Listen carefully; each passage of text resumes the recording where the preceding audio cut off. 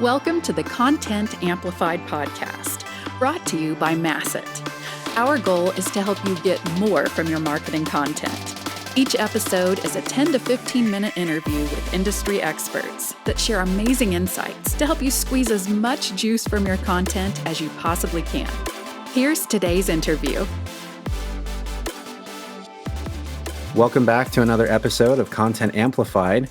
Today we have a very timely conversation. Excited to have Julia with us. Julia, welcome to the show. Thank you so much, Ben. I'm happy to be here. Appreciate it.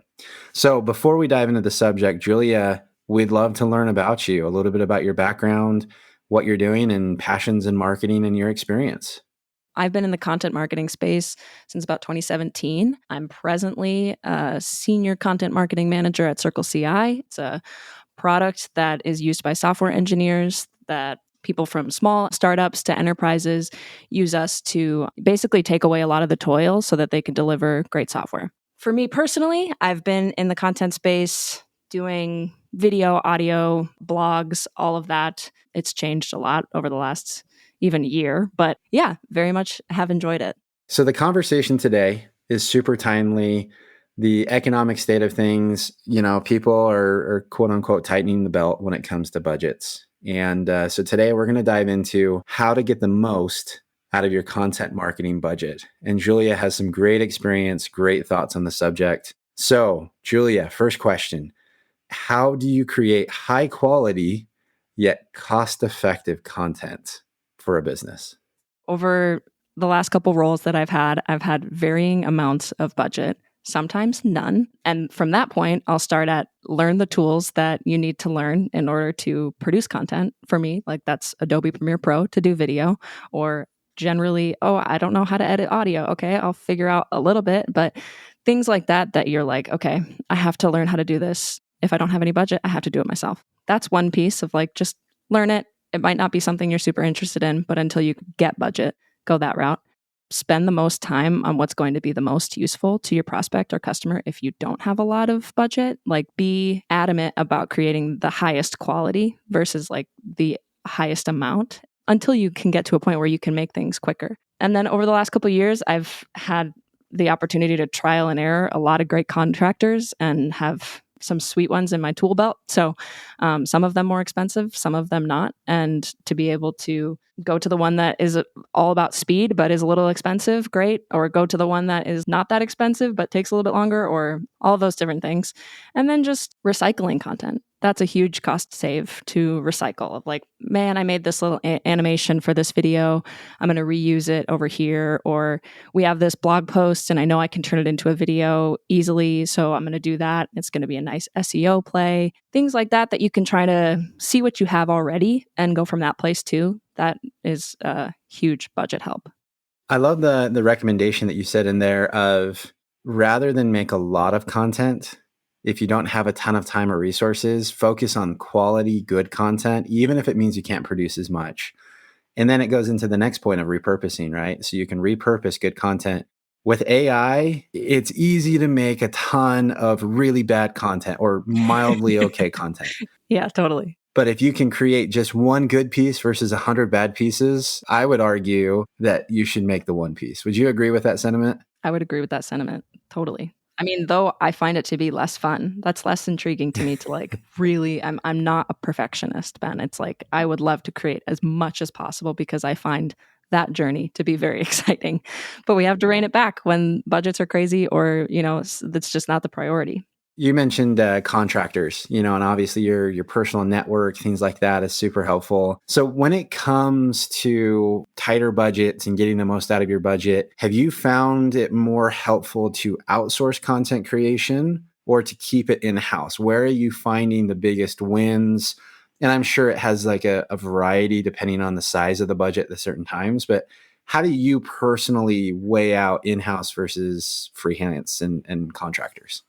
The main place that I start is I like to ask the question, have we made something like this before? And like, what did that piece do? So for instance, on our product page, we made a product demo and it's like not a great product demo, could be better, but the conversion rates are going crazy on that page. So let's actually invest in that one, make something that's not in-house, because I won't say that I'll make the most enterprise content. I don't. But I have contractors that do. So when you see something that's working, invest in it. That's where I find like, okay, I feel a lot more comfortable putting dollars there because you have the ROI already there. So that's nice when you have that. If you don't have that, especially in the world of today with video, like with the realm of TikTok and a lot of user-generated content, the video quality itself, or even just like how quickly things are going out, if it's genuine, I find that it still performs pretty well. So maybe you don't have to spend a ton on it. Like we're seeing billboards now that look like they didn't spend a whole lot of time on it, but it's still being effective. There's an interesting balance there that I feel like my philosophy is like ever changing on what to spend a lot on and when to not. Yeah. And I love it. And I love the emphasis on data. Double click into what works. I even like legitimately was looking down and writing notes. Like when you see something working, invest in it. I love it. So let's say you've got it nailed down. You are investing in content that's working. You've got the machine going. You're producing high quality content within your budget. The next question is distribution. So I've got it. I need eyeballs on it. If you have a tight budget, this is where you can blow the budget real quick. How do you manage distribution of content with smaller budgets and making sure you get the biggest bang for your buck? Yeah, I think a lot of times the knee-jerk reaction of a content marketer is, I made the thing, isn't it great? And then it's like, oh, well, shoot, you actually do have to promote that thing. And so it's a constant, at least for me, a constant thing of like, okay, nope, now it's distribution time, and we have to think about where we're placing this.